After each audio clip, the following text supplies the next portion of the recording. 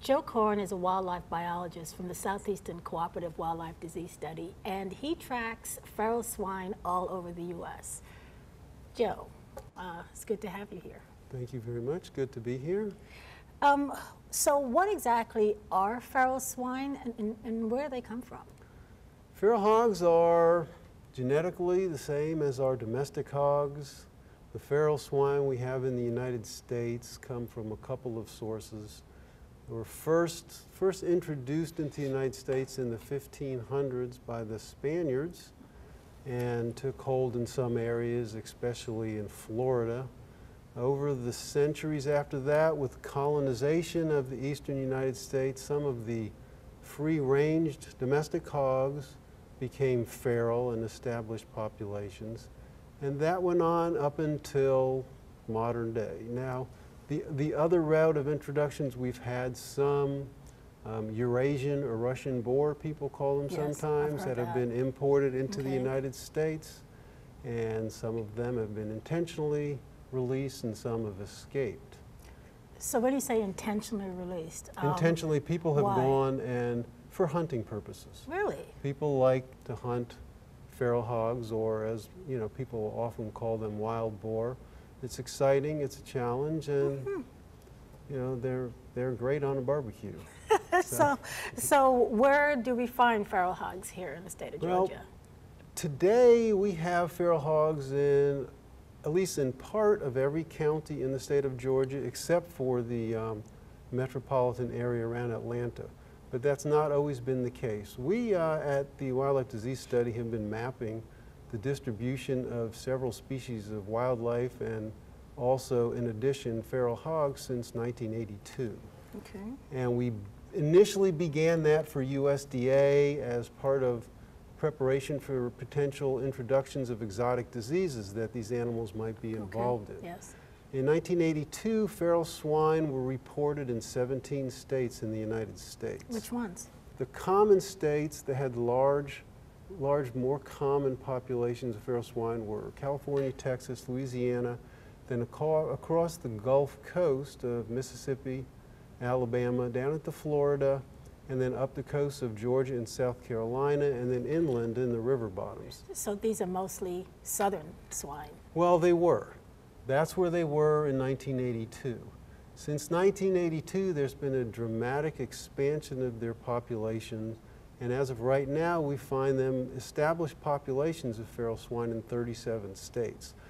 They're widespread across the southeast, and now getting into farther northern states in the south. Tennessee, Kentucky, North Carolina now has populations outside of the Smoky Mountains where they were previously. And then introductions also into the Midwest and Northeast. And what we've seen is expansions of the populations that were present along the Gulf Coast and Atlantic Coast regions in the south up through the, north in the southeast by natural expansion of these populations, but also by people moving and introducing feral swine into new areas. And that's happened in the south, and that's been exclusively how they've been introduced into the further northern states in the south and the Midwest and the Northeast. What are the main concerns to veterinary medicine that these pigs bring? Two things in general. The domestic swine diseases that we have had in the past in our domestic swine population are present to some degree in the feral swine. Okay. Two examples are brucellosis and pseudorabies. Those have both been eradicated completely from our domestic swine populations, but they're both widespread in feral swine populations. Really? And the concern is that feral swine contact with domestic swine will reintroduce these diseases back into the domestic swine populations. And that happens by feral swine feeding around commercial swine facilities or coming up to the facilities, the barns, and having nose-to-nose contact with domestic swine in these pens. But can brucellosis also affect people? Brucellosis can affect people. People become infected usually by handling when they are cleaning carcasses after hunting. Interesting. So there is a concern that we could get diseases from these swine as well. Yes, brucellosis is the one that's of most concern usually. But you never really can be sure what these animals are infected with, so there's always the recommendation of safe handling procedures, which include wearing gloves when you're handling and cleaning carcasses and washing up afterwards. One of the interesting things that I've noticed is that the term wild boar is not supposed to be used for these feral swine. Why is that?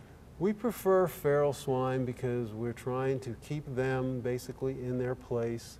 These are, for the most part, domestic animals that have been living in a free-ranging condition in the United States for, generations, and we don't want to give them the same place as our native wildlife and call them wild animals.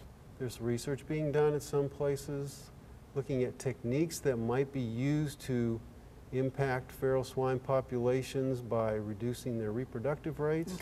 We also have control programs going on in many states. Most of that is localized, where they're doing damage to specific crops, say, in agricultural areas.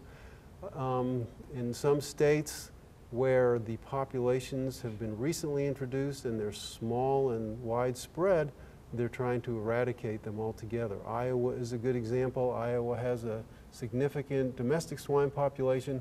They had introductions of feral swine, and they've eradicated all of those populations. And there's several other states that are in that same position that are trying to eradicate the feral swine altogether. Well, this has been fascinating, Joe. Thank you so much for coming on our program. Thank you for having me, Paige.